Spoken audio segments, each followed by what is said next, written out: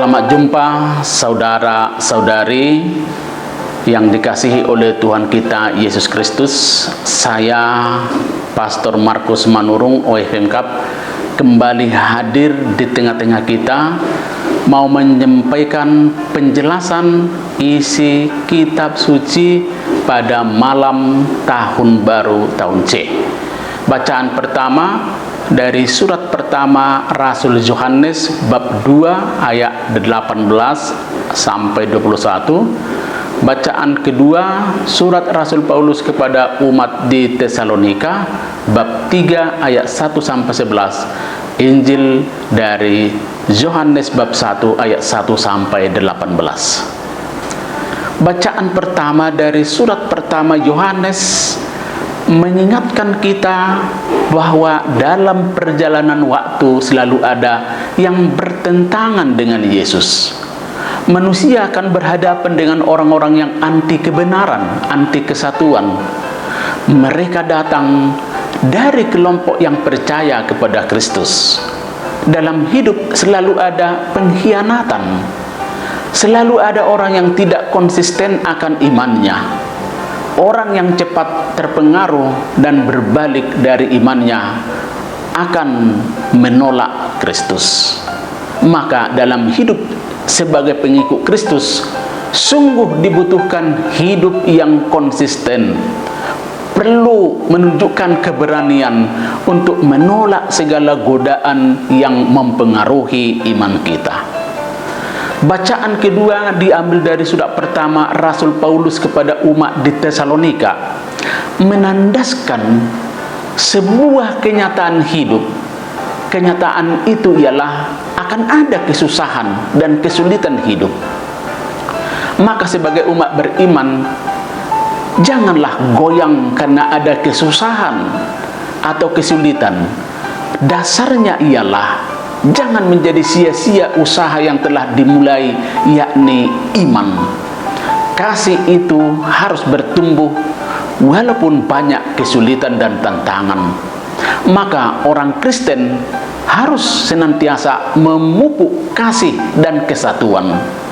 Kita harus menyinari hidup kita melalui kasih Tuhan di dalam hati kita dan menyediakan waktu untuk bersekutu dalam doa dan senantiasa merenungkan firman-Nya. Injil pada malam tahun baru ini mengetengahkan kepada kita perihal firman yang telah menjadi manusia. Firman menjadi manusia dan tinggal di antara kita. Dengan hadirnya firman yang menjadi manusia, kita telah menerima kasih karunia yang menghidupi kita di sepanjang perjalanan hidup kita. Yesus yang datang ke dunia adalah pribadi yang menemani perjalanan hidup kita dengan memberikan berbagai rahmat yang kita perlukan supaya kita dapat hidup dan dengan layak di hadapannya.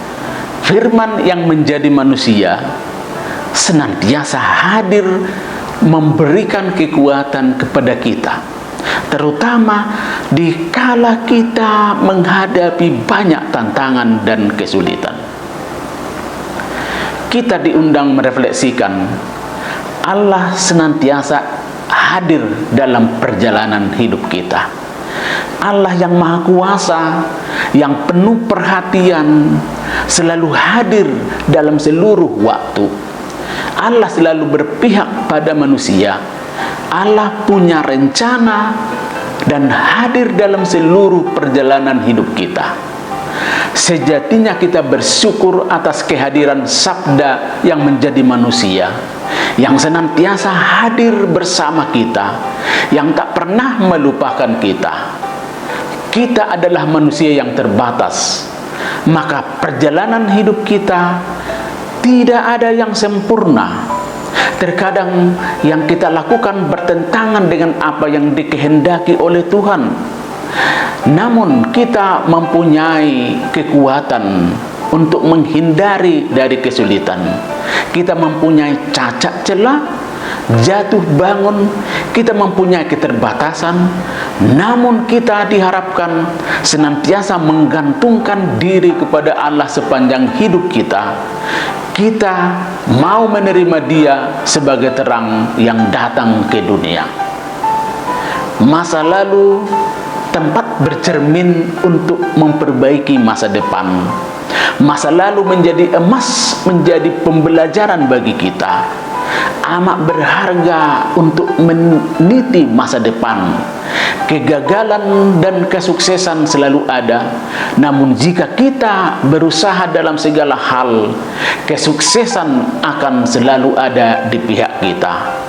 Dalam hal inilah kita dituntun menjadi manusia yang kreatif, manusia yang sungguh memanfaatkan hadiah dari Tuhan, yakni akal budi.